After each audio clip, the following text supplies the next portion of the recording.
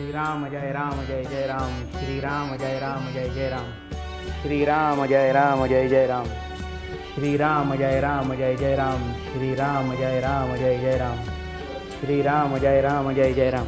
हरि ओम नमस्ते गणपते त्वमेव प्रत्यक्षं तत्त्वमसि त्वमेव केवलं कर्तासि त्वमेव केवलं हर्तासि त्वमेव खल्विदं ब्रह्मासि त्वं साक्षादात्मासि नित्यं ऋतं वच्मि सत्यं वच्मि अवक्तं मामवक्तारमवश्रोतारमवधातारमवनुचानवशिष्यम् अवपश्चात्तातावपुरस्तातावचोर्ध्वात्तातावधरात्तात सर्वतो मां पाहि पाहि समन्तात् त्वं वाङ्मय स्वं चिन्मया त्वमानन्दमसि त्वं ब्रह्ममया त्वं सच्चिदानन्दाद्वितीयोऽसि त्वं प्रत्यक्षं ब्रह्मासि त्वं ज्ञानमयो विज्ञानमयोऽसि सर्वं जगदिदं तत्त्वो जायते सर्वं जगदिदं तत्त्वं तिष्ठति सर्वं कैलम्यश्यते।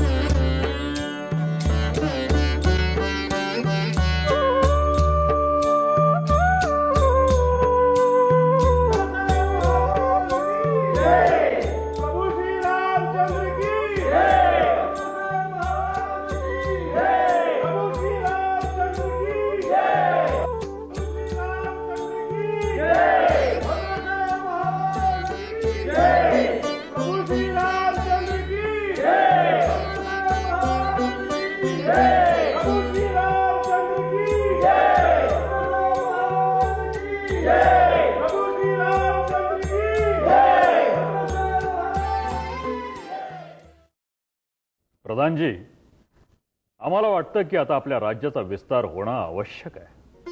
खरंय महाराज, आपला दबदबाच इतका आहे की त्यामुळं आजूबाजूचे राजे स्वखुशीनं आपलं वर्चस्व मान्य करून त्यांची राज्ये आपल्या राज्यात विलीन करण्यास निघाली आहेत.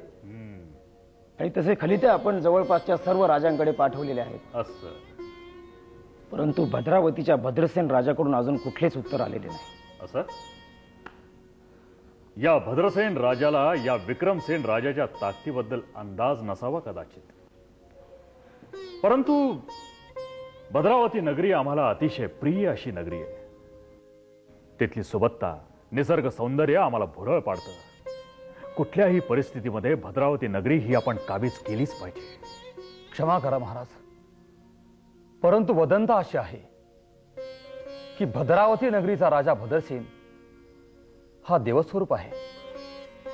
त्याचं कुणाशी युद्ध झालेलं नाही किंवा होणार नाही. सर्व प्रजा राजावर अत्यंत प्रेम करते. म्हणजे तिथला राजा युद्धच करत नाही, मग त्याला जिंकणं काही फार अवघड गोष्ट नसावी.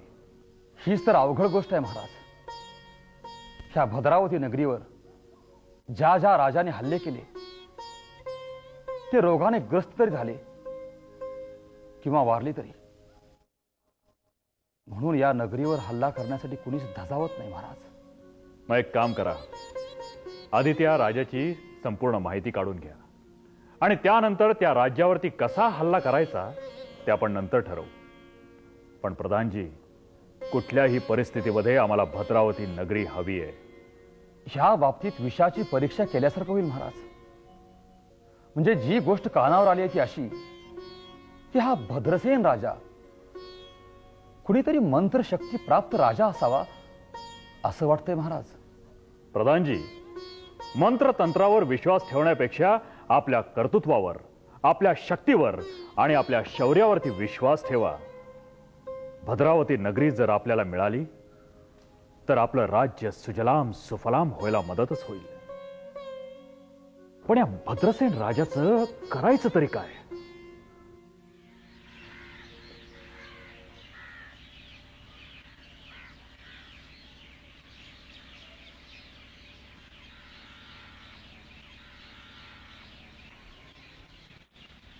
महाराज विक्रमसेन राजांना सरदार सुमंताचा मुजरा.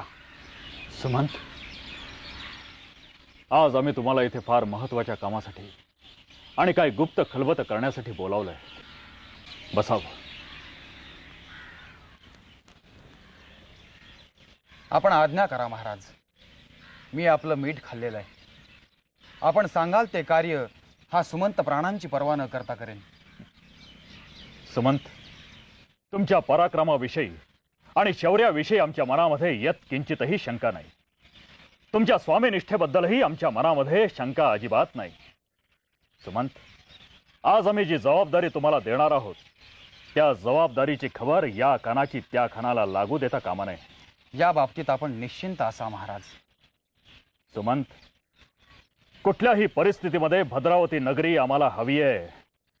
पण या भद्रावती नगरीचा राजा भद्रसेन ह्याच्याकडे काहीतरी मंत्रशक्ती आहे आणि आजपर्यंत कुठल्याही राजाला या भद्रावती नगरीवरती विजय मिळवता आलेला नाहीये. या भद्रसेनापाशी अशी कुठली मंत्रशक्ती आहे की जिच्या जोरावरती तो भद्रावती नगरीचं रक्षण करतो हे आम्हाला जाणून घ्यायचंय सुमंत. महाराज, युद्धामध्ये साम दाम दंडभेद या सगळ्याचाच वापर करावा लागतो. खरंय, परंतु भद्रावतीच्या बाबतीत दंडभेद वापरून चालणार नाही. म्हणजे त्या बाबतीत आपल्याला घातपाती मार्गाचाच अवलंब करावा लागेल. घातपाती मार्ग म्हणजे? महाराज, आपली आज्ञा असेल तर स्वतः वेषांतर करून मी भद्रावती नगरीत जातो. काय? नाही सुमंत, नाही नाही, ते कदापिही शक्य नाही. अहो, तुम्ही आमचे खास सरदार आहात. मी हा धोका पत्करू शकत नाही सुमंत. महाराज, हा फक्त विश्वासाचा प्रश्न आहे. खात्री बाळगा. पकडलो गेलोस तर या मुखातून तुमचं नाव कधीही बाहेर पडणार नाही. सुमंत, सुमंत, किंबहुना हे कार्य मी स्वतः सिद्धीस नेणार आहे. नाही सुमंत, तुम्ही एकदा पुन्हा विचार करा. आपण विश्वास ठेवा महाराज. ठीक आहे सुमंत, जशी तुमची इच्छा. पण उघडे पडलात तर काळजी घ्या. महाराज, मी योद्धा असलो तरी उत्तम कलावंत आहे. वेषांतर असं करेन की समोरच्याला मी पांथस्थच भासेन. आपण निश्चिंत रहा. ठीक आहे, या तुम्ही.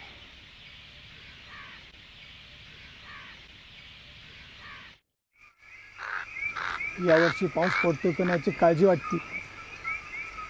पेरण्या तर करून बसलोय. अरे मी म्हणतो, भद्रसेन महाराज असताना आपण का चिंता करायची? कोळा रे कोळा. अरे महाराज काय पाऊस पाडणार आहे तोय? सांग बरं. अरे महाराज पाऊस पाडणार नाही ही गोष्ट खरी आहे, पण त्यांची पुण्याची इतकी मोठी आहे की साक्षात प्रभू रामचंद्र त्यांना प्रसन्न आहे. आणि मग असं असताना आपण कशाला चिंता करायची? हे खरे, हे खरे. राम मंडळी, राम राम. राम राम राम राम. या, बसा. बसा ना, बसा बसा बसा, बसा बसा. बसा. भद्रावती नगरी म्हणजे ती हीच काय? हा, हेच हेच हेच. आपण पांतस्त दिसतंय. कुठून आलात? उत्तरेकडनं आलोय. पण तुमची भाषा उत्तरेकडची वाटत नाही. हा, आता गाव तशी भाषा बदलत जावं लागते. तीर्थाटनाला बाहेर पडलो. तुमच्या भद्रावती आणि तुमचे भद्रसेन महाराज यांच्याबद्दल बरंच काय ऐकलं. म्हटलं जाऊन दर्शन घ्यावं. फार बरं केलं पाहुणं तुम्ही. अहो, भद्रसेन म्हणजे भद्रावतीचं साक्षात दैवत. अहो, इथली अवघी प्रजा त्यांची भक्त आहे. असं म्हणताय? मी तर असं ऐकलंय की तुमच्या राज्यात भरपूर सोबतता आहे. इथं कोणी माणूस कधी उपाशी राहत नाही का, कधी युद्ध पण होत नाहीत. अगदी खरंय. या राजाला कुणी शत्रू नाही. इथं फक्त सुख नांदतं. कारण आमचे महाराज प्रभू रामचंद्राचे उपासक आहेत. असं. प्रभू रामचंद्र मोठे पराक्रमी होते. अहो, त्यांनी रावणाला मारले. पाहुणं, पराक्रम शास्त्राने दाखवावा असं थोडंच आहे. अहो, आमचे महाराज प्रेमानं माणसं जिंकतात. असं? मग तर मला तुमच्या महाराजांचं दर्शन घेतलंच हा, पाहिजे. मग पण कसं काय शक्य होईल होते? अहो, एवढंच ना. हा? अहो, भद्रकुंडा शेजारी राम मूर्तीच्या समोर महाराजांचं रोज गायन चालतं. हा, चला आम्ही नेतो तुम्हाला तिथं. चला चला चला चला चला चला चला. थांबा की